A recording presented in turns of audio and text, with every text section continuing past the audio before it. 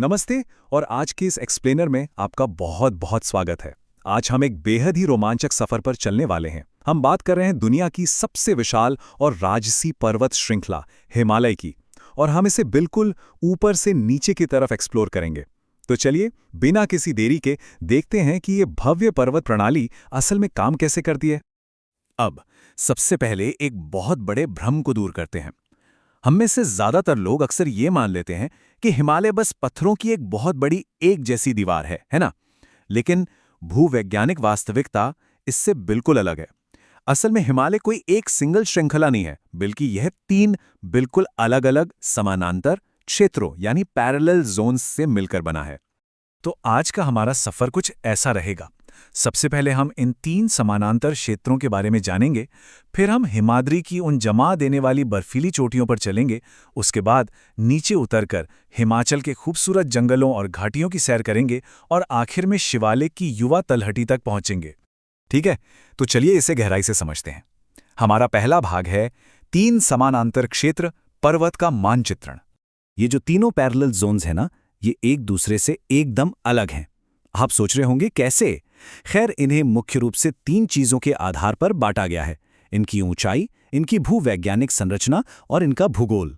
इन विशाल खिसकते हुए पहाड़ों को समझने के लिए ये जानना बहुत जरूरी है कि हर एक जोन की अपनी एक बिल्कुल अनोखी पहचान है। भाग 2, हिमाद्री, बर्फीली चोटियां। चलिए अपनी यात्रा एकदम टॉप से शुरू करते हैं, जिसे ग्रेटर हिमालय या इनर हिमालय भी कहा जाता है। अब जरा इस नंबर पर गौर कीजिए, 6000 मीटर, और हाँ, उससे भी ज्यादा। ये कोई छोटी मोटी ऊंचाई नहीं है, बल्कि ये इस जोन की केवल औसत ऊंचाई है। जरा सोचिए, ये आंकड़ा ही हमें बता देता है कि इनर हिमालय का ये हिस्सा कितना चरम, कितना ठंडा और सचमुच कितना विशाल है। और अपनी इसी हैरान कर देने वाली ऊंचाई की वजह से हिमाद्री में दुनिया की सबसे ऊंची चोटियां पाई जाती हैं। महान माउंट एवरेस्ट और कंचनजंगा जैसी दुनिया की सबसे जानी मानी चोटियां इसी कठोर और ऊबड़-खाबड़ हिस्से की शान बढ़ाती हैं। ये हिमालय का वो हिस्सा है जो बिल्कुल एक सफेद चादर की तरह हमेशा बर्फ से ढका रहता है। अब यहाँ एक बहुत ही कमाल का विरोधाभास देखने को मिलता है। देखिए, एक तरफ तो ये पूरा का पूरा इलाका हमेशा के लिए बर्फ और ग्लेशियरों से जमा हुआ है, लेकिन दूसरी तरफ यही वो जगह है जो असल में जीवन का सबसे बड़ा स्रोत है। जी हां, गंगा जैसी हमारी कई प्रमुख नदियां इसी जमे हुए परिदृश्य से जन्म लेती हैं, जो आगे चलकर भारत के एक बहुत बड़े हिस्से को जीवन देती हैं।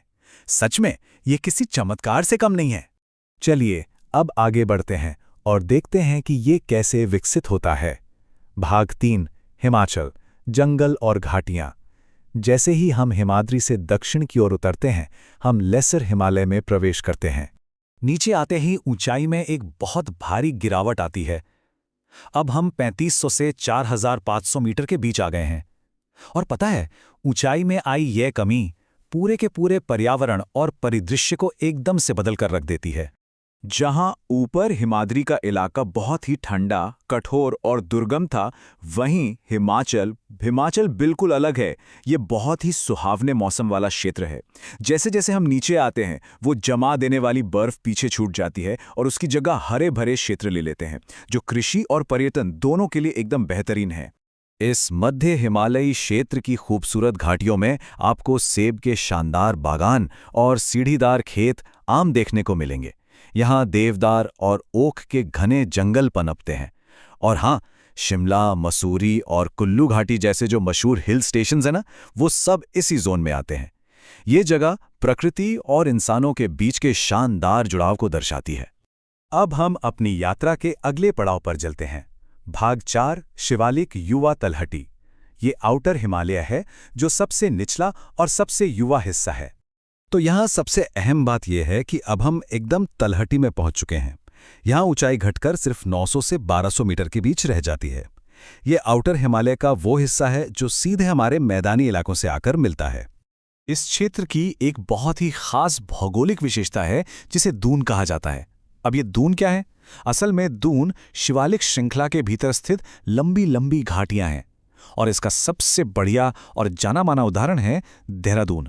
जी हां, हमारा मशहूर शहर देहरादून इन्हीं विशेष घाटियों के बीच बसा हुआ है।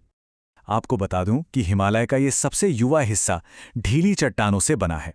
इसका सीधा सा मतलब ये है कि यहाँ भूस्खलन और मिट्टी के कटाव का खतरा काफी ज्यादा रहता है।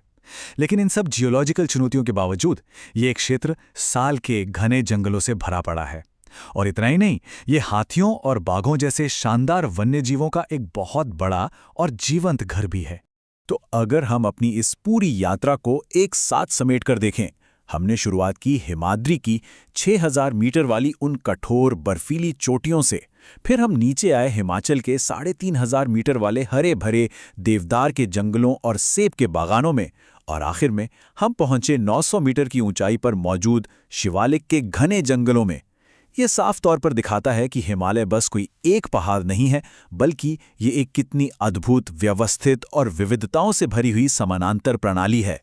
अब इस पूरी भव्य संरचना को समझने के बाद मेरे मन में एक बहुत ही महत्वपूर्ण सवाल आता है। जरा सोचिए, चूंकि शिवालिक ढीली चट्टानों से बनी सबसे युवा श्रृंखला है और लगातार गंभीर कटाव का सामना कर रही है, तो ये हमेशा बदलती रहने वाली स्थिति अपने यहाँ पनपने वाले इन घने जंगलों और वन्यजीवों के भविष्य को आगे कैसे आकार देगी? पहाड़ों की इस गतिशील और हमेशा बदलती प्रकृति के बारे में सोचना वाकई दिलचस्प है ना? आज के इस विश्लेषण में बस इतना ही। हमारे साथ जुड़ने के लिए शुक्रिया।